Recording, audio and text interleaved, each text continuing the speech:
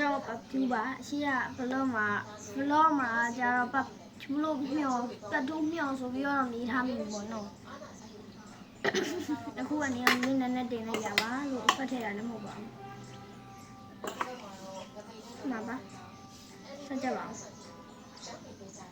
ကဲဆက်ပါမယ်ရှင်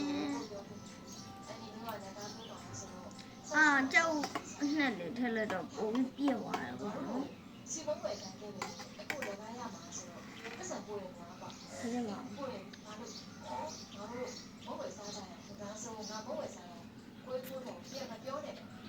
အေးပါပေါ့ကျွန်တော်လည်းအတူတူစီပုံးလေးတွေရှိစားလိုက်ပါဦးနော်ဟုတ်တယ်နဲ့သူ့ရဲ့ရတာပြောအောင်လားအမှန်တမ်းဆိုကြောက်မထည့်လို့ရှင်သူ့ရဲ့ရတာချင်းဆက်ဆက်လေးပေါ့နော်ကျောင်းကကြောက်တိတ်ပြီးမကြက်တစ်ချက်လေးမှာဖြုတ်လိုက်တဲ့သူကနည်းနည်းစိတ်ဆက်လေးဖြစ်သွားတယ်ပေါ့နော်ရင်းလည်းမချင်တော့ဘူးပေါ့နော်ရင်းလည်းမဆက်ဘူးရင်းလည်းမချင်ဘူးပေါ့နော်ဒီအလုံးမဆက်လိုက်ပါဦးမယ်နော်အလုံးမဒီ vlog လေးကတော့နည်းနည်းမြန်ပါတယ်ပေါ့နော်အလုံးမပပိုင်ပါ